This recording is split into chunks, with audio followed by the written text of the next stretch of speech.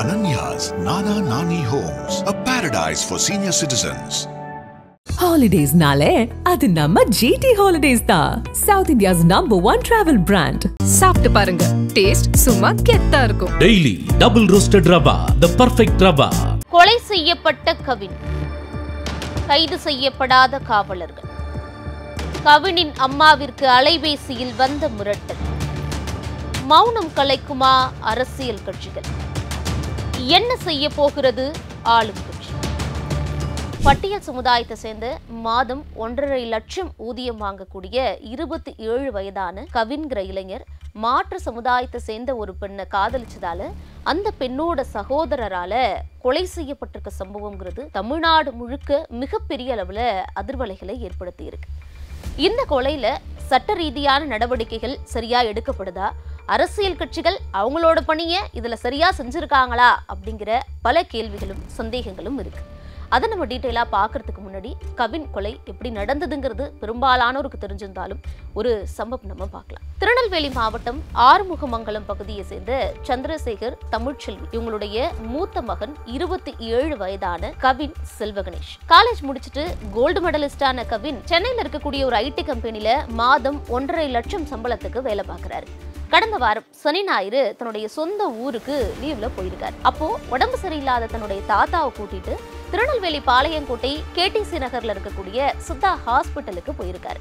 கூட அவங்க அம்மா, சகோதரர் இவங்க எல்லாமும் போயிருக்காங்க. அந்த சித்தா ஹாஸ்பிட்டல்ல சித்தா டாக்டரா இருக்காங்க கவினுடைய காதல். அவங்க யாருன்னா தூத்துக்குடி மாவட்டம் பாளையங்கோட்டை அதே KTC நகர் பகுதியில் வசிக்கக்கூடிய காவலர் தம்பதியான, அதாவது SIயா ஒர்க் பண்ணக்கூடிய சரவணன் கிருஷ்ணகுமாரி. இந்த தம்பதியுடைய மூத்த மகள். அவங்க அதே ஹாஸ்பிட்டல்ல சித்தா டாக்டரா இருக்காங்க.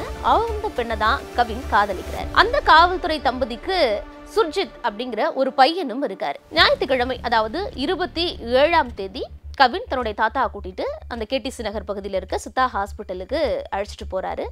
அப்போ அங்க வந்த அந்த காதலியுடைய சகோதரர் சுர்ஜித் கவினை தனியா கூப்பிடுறாரு பேசுறதுக்கு. அப்பா அம்மாட்ட பேசலாம் சம்பந்தமா வாங்கன்னு சொல்றாராமா.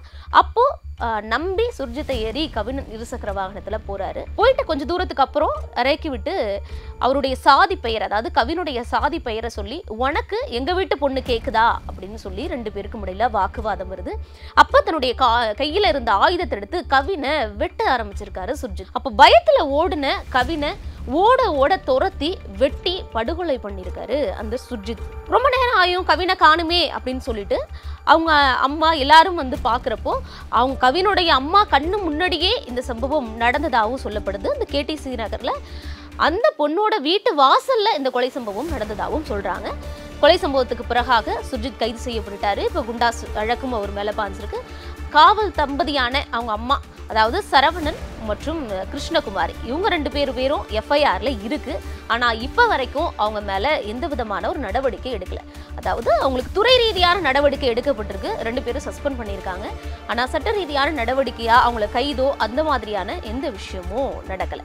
இதுதான் இப்ப வரைக்கும் இந்த கேஸ்ல இருக்கக்கூடிய சிச்சுவேஷன் அப்படிங்கிறது. இப்போ இந்த தரப்புல என்ன கேட்கிறாங்க, கவின் தரப்புல என்ன கேட்கிறாங்கன்னா, அவங்க அப்பா பல்வேறு ஊடகங்களுக்கு பேட்டி கொடுத்திருக்காரு. அதுல முக்கியமா இந்தியன் எக்ஸ்பிரஸ்க்கு கொடுத்திருக்க ஒரு பேட்டியில பல முக்கியமான விஷயங்களை அவங்க அப்பா பகிர்ந்திருக்காரு. அவர் என்ன சொல்றாருன்னா, தூத்துக்குடி மாவட்டத்துல ஒரு பிரைவேட் ஸ்கூல்ல 11வது 12வது அந்த பொண்ணும் என் பையன் கவினும் சேர்ந்து படிச்சாங்க. படிச்ச பையிலேருந்தே 2 பேருக்கும் பழக்கம். அந்த பொண்ணு தூத்துக்குடியில படிச்சு முடிச்சதுக்கு பிறகாகவும் 2 பேரும் ரிலேஷன்ஷிப்ல இருந்தாங்க. இவங்க 2 பேருடைய காதல் பத்தி எங்களுக்கும் தெரியும். சொல்ல போனா அந்த பொண்ணு என்னுடைய மனைவி கிட்ட பேசியிருக்காங்க. தூத்துக்குடியில எங்களுடைய வீட்டுக்கு கூட அந்த பொண்ணு வந்திருக்காங்க. அந்த பையன், அதாவது கவினை கொலை செஞ்ச அந்த சுர்ஜித் பையனுமே கூட கவின் கிட்ட எல்லாம் பேசினாரு. அந்த சமயத்துல பேசினாங்க, அதாவது ஸ்கூல் படிக்கிற சமயத்துல பேசிக்கிட்டு இருந்த பையன் தான் அப்படிங்கிற ஒரு மீனிங்ல சொல்லியிருக்காரு. இதுக்கு பிறகாக ஒரு நாள் இந்த ரிலேஷன்ஷிப் போயிட்டு இருக்கு, எங்க எல்லாருக்குமே இது தெரியும் இருக்கு அப்படிங்கிறது. என்னுடைய மனைவிக்கு ஒரு ஃபோன் கால் வருது, கவினோட அம்மா அப்படின்னு சொல்லி அந்த ஃபோன் காலில் ஒரு லேடி பேசுறாங்க.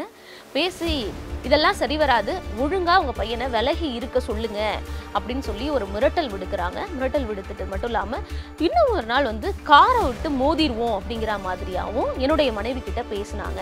ஸோ ஒரு லேடி பேசுறாங்க, கவினோட அம்மான்னு சொல்லி ஒரு மிரட்டல் வந்ததாகவும் பையனை ஒழுங்கா இருந்துக்க சொல்லுங்க, விலகி போயிட சொல்லுங்கன்னு சொன்னதா சந்திரசேகர், அதாவது கவினுடைய அப்பா அந்த ஊடகத்துக்கு சேனலுக்கு பேட்டி கொடுத்துருக்கிறார்.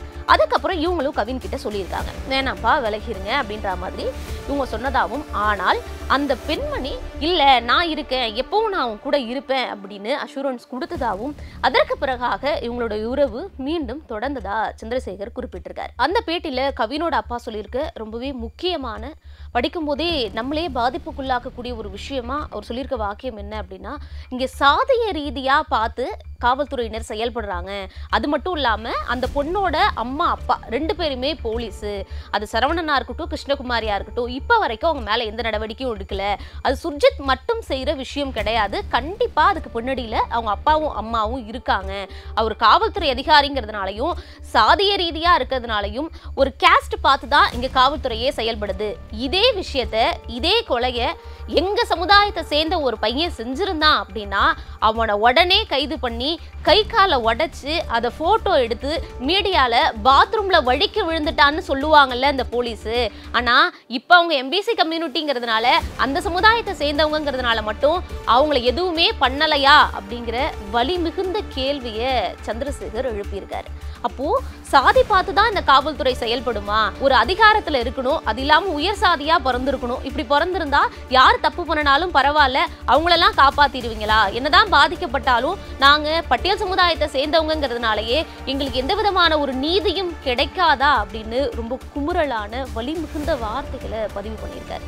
அவங்களுடைய ரிலேட்டிவ்ஸ் நிறைய பேர் பேசும்போதும் அவங்க அப்பா அம்மாவை உடனடியாக கைது பண்ணும், சஸ்பெண்ட் பண்ணது மட்டும் பத்தாது, அவங்கள காவல்துறையிலேருந்தே நீக்கணும், பணி நீக்கம் செய்யணும், இடைநீக்கம் பத்தாது அப்படிங்கிற கோரிக்கை வச்சிருக்காங்க. அது மட்டும் இல்லாமல் பாளையங்கோட்டை இன்ஸ்பெக்டர் காசிபாண்டியன் மேலேயுமே பல்வேறு குற்றச்சாட்டுகளை அவங்க முன்வைக்கிறாங்க. ரொம்ப டிலேவாக எடுத்துக்கிட்டாங்க, உடனடியாக நடவடிக்கை எடுக்க மாட்டேங்கிறாங்க அப்படிங்கிற மாதிரி கவினுடைய ரிலேட்டிவ்ஸ் நிறைய குற்றச்சாட்டுகளை முன்வைக்கிறாங்க. இதெல்லாம் சட்ட ரீதியாக இருக்கக்கூடிய லேக். ஏன் வந்து உடனடியாக நடவடிக்கை எடுக்கல? இப்போ வரைக்குமா தமிழ்நாடு காவல்துறையால அந்த சுர்ஜித்துடைய அப்பாவையும் அம்மாவையும் கண்டுபிடிக்க முடியல?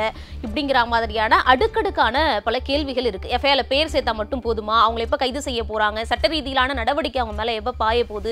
இப்படிங்கிற கேள்விகள் இருந்தா இந்த கேள்விகள் எல்லாம் எழுப்ப வேண்டிய அரசியல் கட்சிகள் தமிழ்நாட்டுல என்ன பண்ணிக்கிட்டு இருக்காங்கப்பா அப்படிங்கிற கேள்வியும் இங்க சேர்ந்தே எழுது. சில நாட்களுக்கு முன்னாடி தான் அஜித்துடைய கொலை நமக்கு தெரியும், காவல்துறையினராலேயே அரங்கேற்றப்பட்ட மிக கொடூரமான ஒரு சம்பவம். அதுல வாய் திறந்த அரசியல் கட்சிகள் கூட ஏன் இங்கே கவினோட கொலைக்கு வாய் திறக்கல அப்படின்னு பல கேள்விகள் இங்க எழுந்திருக்கு. பிரதான எதிர்கட்சியா இருக்கக்கூடிய அதிமுக எதிர்கட்சி தலைவரா இருக்கக்கூடிய எடப்பாடி பழனிசாமி அவர்கள் இந்த கவின் கொலை சம்பந்தமா நேற்று இரவு 10 மணிக்கு மேல ஒரு அறிக்கையை வெளியிட்டிருந்தார். ஆனா அதே திருநெல்வேலி பகுதியில நேற்று இன்னொரு சம்பவமும் நடந்தது. அதாவது காவல்துறையினர் 2 சிறுவர்களுக்கு இடைப்பட்ட மோதல்ல தற்காப்புக்காக காவல்துறையினர் ஒரு துப்பாக்கி சூடு நடத்தினாங்க.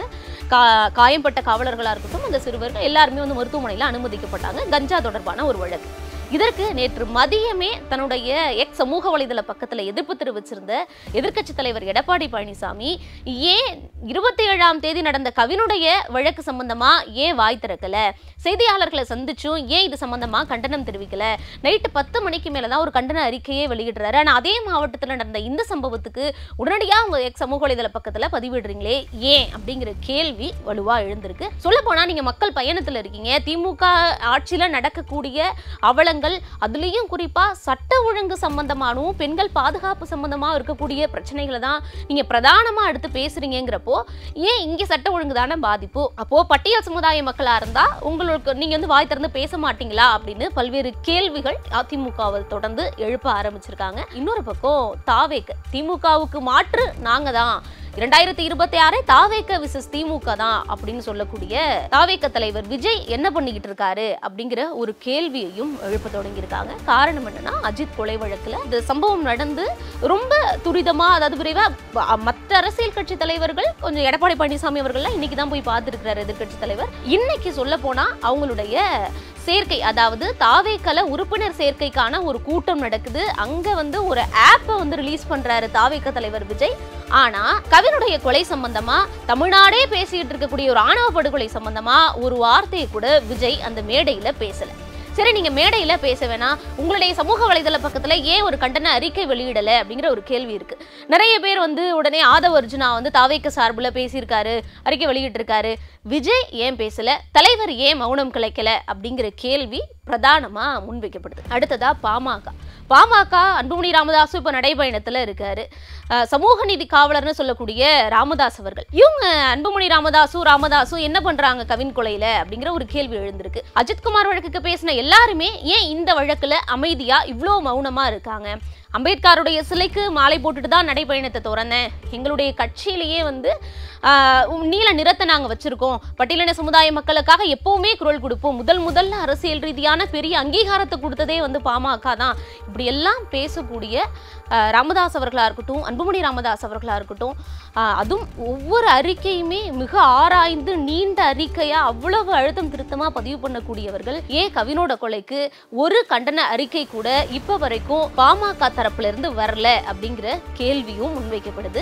முதல்வர் மு.க. ஸ்டாலின் தரப்புல இருந்து ஒரு அறிக்கை கூட இப்பொழுது வரைக்கும் வரல. அஜித்குமார் அவர்களுக்கு கால் பண்ணி சாரிமா அப்படின்னு பேசின முதல்வர் அவர்கள் இப்போ வரைக்கும் எந்த விதமான ஒரு கண்டன அறிக்கையோ எதுவுமே வரல. அந்த தூத்துக்குடி தொகுதியோட எம்பியா இருக்கக்கூடிய கனிமொழி அவர்கள் நம்ம இந்த ஷூட் பண்றதுக்கு கொஞ்ச நேரத்துக்கு முன்னாடி தான் அவங்களுடைய சமூக வலைதள பக்கத்துல ஒரு கண்டன பதிவு அவங்களும் போட்டிருக்காங்க. ஏன் உங்களுக்கு இந்த பதிவு போடுறதுக்கு இவ்வளவு நேரம் ஆச்சா அப்படிங்கிற ஒரு கேள்வி முன்வைக்கப்பட்டிருக்கு. அந்த மாவட்டத்தை சேர்ந்த கீதா ஜீவன் உள்ளிட்ட அமைச்சர்கள் இப்ப வரைக்கும் வாய் திறக்காம இருக்கிறதுக்கான காரணம் என்ன அப்படிங்கிற கேள்விகள் இருக்கு. இப்படி தமிழ்நாட்டில் இருக்கக்கூடிய ஆளும் கட்சியிலேருந்து எதிர்கட்சிகள் வரைக்கும் யாருமே கவின் கொலைக்கு வாய் திறக்க மாட்டாங்களா, ஏன் வாய் திறக்கல அப்படிங்கிற கேள்விகளை பல தரப்பினரும் இப்ப சமூக வலைதளங்கள்ல முன்வைக்க ஆரம்பிச்சிருக்கிறாங்க. கலெக்டர் இப்ப வரைக்கும் அந்த மாவட்ட ஆட்சியர் கூட கவின் வீட்டுல போய் பார்க்கல. இது மாதிரியான வன்கொடுமை தடுப்பு சட்டத்தின் கீழ் எந்த ஒரு விஷயம் நடந்தாலும் உடனடியா மாவட்ட ஆட்சியர் பாதிக்கப்பட்ட இடத்துக்கு போகணும். ஆனா இப்ப வரைக்கும் கலெக்டர் கூட கவினுடைய வீட்டிற்கு போகல அப்படிங்கிறது முக்கியமான ஒரு குற்றச்சாட்டா பார்க்கப்படுது. விடுதலை சிறுத்தைகள் கட்சி தலைவர் திருமாவளவன் அவர்கள் என்ன குறிப்பிடுறாருன்னா, அட்லீஸ்ட் இதுக்காக ஒரு தனி நுண்ணறிவு பிரிவாத காவல்துறையில உருவாக்குங்க, ஒவ்வொரு மாவட்டத்துக்கும் உருவாக்கி அவங்களை இதுக்காக வேலை பார்க்க சொல்லுங்க அப்படின்னு குறிப்பிட்டிருக்காரு. இயக்குனர் ப. ரஞ்சித் ஒரு விஷயத்தை குறிப்பிடுறாரு. அவர் என்ன சொல்றாருன்னா, திருநெல்வேலி, தூத்துக்குடி, புதுக்கோட்டை, சிவகங்கை இந்த மாதிரியான இடங்களை நீங்க பாயிண்ட் அவுட் பண்ணி இதெல்லாம் சாதிய வன்முறைகளால அதிகமா பாதிக்கப்படக்கூடிய மாவட்டங்கள் அப்படின்னு பண்ணி அதுக்காக ஒரு தனியான அந்த மாவட்டங்கள்ல மட்டும் தனியா ஒரு காவல் நிலையத்தை உருவாக்கி இந்த மாதிரியான விஷயங்களை மட்டும் அங்க கரெக்டா தீவிரமா பார்த்து இந்த மாதிரியான விஷயங்களை தடுத்து நிறுத்தணும் அப்படின்னு ப. ரஞ்சித் ஒரு கோரிக்கையை முன்வச்சிருக்கிறாரு. இதற்கு பிறகாவது காவல்துறையினர் சாதி ரீதியா எந்த விதமான ஏற்றத்தாழ்வுகளும் இல்லாம அதிகாரத்துல இருக்கிறாங்க, காவல்துறையா இருக்காங்க அப்படிங்கிறதுனால அவங்க அப்பா அம்மா மேல எந்த விதமான ஒரு பாரபட்சமும் பார்க்காம பாதிக்கப்பட்டவர்களுக்கு நீதி கிடைக்கணும் அப்படிங்கிற வழியில அவங்க அப்பா அம்மா மேல உரிய நடவடிக்கை எடுக்கணும் அப்படிங்கிறது கோரிக்கையா இருக்கு. இதுல இன்னும் ஒரே ஒரு முக்கியமான விஷயம் என்னன்னா, உடுமலை சங்கர் கௌசல்யா வழக்கு நம்ம எல்லாருக்கும் தெரிஞ்ச ஒரு கேஸ். அதுல கௌசல்யா அவர்கள் இந்த பெண்ணுக்கு, அதாவது இப்போ கவினுடைய காதலிக்கு ஒரு கடிதம் எழுதியிருக்காங்க. அதுல கௌசல்யா என்ன சொல்லியிருக்காங்கன்னா, தயவு செஞ்சு உண்மையை பேசுங்க, நான் உங்க கூட இருக்கோம் தோழின்னு சொல்லி ரொம்ப உருக்கமான ஒரு கடிதத்தை கௌசல்யா அவங்களுக்கு எழுதியிருக்காங்க. உங்களை நிறைய பேர் மனசை மாத்த ட்ரை பண்ணுவாங்க, என்னையும் அப்படிதான் பண்ணாங்க, கடந்த 10 வருஷமா சாதியை தூக்கி பிடிக்கிற என்னுடைய குடும்பத்தோட உதவி இல்லாம நான் இப்ப வரைக்கும் தனிச்சிருக்கேன், பெரியாரிய அம்பேத்கரிய மார்க்சிய தோழர்கள் எல்லாம் நம்ம கூட இருப்பாங்க, நீங்க எப்பவுமே கவின் கூட இருந்த உங்களுடைய காதலையும் நட்பையும் எந்த விதத்திலையுமே யாரு உங்களை என்ன பண்ணனாலும் மாத்தாம மறைக்காம உண்மையை மட்டும் சொல்லுங்கன்னு உருக்கமான ஒரு கடிதத்தை அந்த பெண்ணுக்கு கௌசல்யா எழுதியிருக்கிறாங்க. இப்படி எந்த ஒரு தவறுமே செய்யாம ஆணவ படுகொலை செய்யப்பட்டிருக்க கவினுடைய இந்த கொலைக்கு சரியான நீதி வேண்டும். அவங்க அப்பா அம்மா கேட்குற மாதிரி சுர்ஜித்தை தாண்டி அவங்க பின்னாடி இருக்கக்கூடிய சரவணன், கிருஷ்ணகுமாரி அவங்க அப்பா அம்மா மேலையும் நடவடிக்கை எடுக்கணும். இதுக்கு இப்போ வரைக்கும் மௌனமா இருந்த அரசியல் கட்சிகள் இதற்கு குரல் கொடுத்து தக்க நீதி வாங்கி கொடுக்கணும். அந்த நீதி அப்படிங்கிறது இனி இது மாதிரியான ஒரு ஆணவ படுகொலை நடக்க கூடாது அப்படிங்கிறதுக்கு முன்னுதாரணமான நீதியா இருக்கணுங்கிறது தான் அனைவருடைய கோரிக்கையாகவும் இருக்கு. Ananya's Nana Nani Homes, a paradise for senior citizens.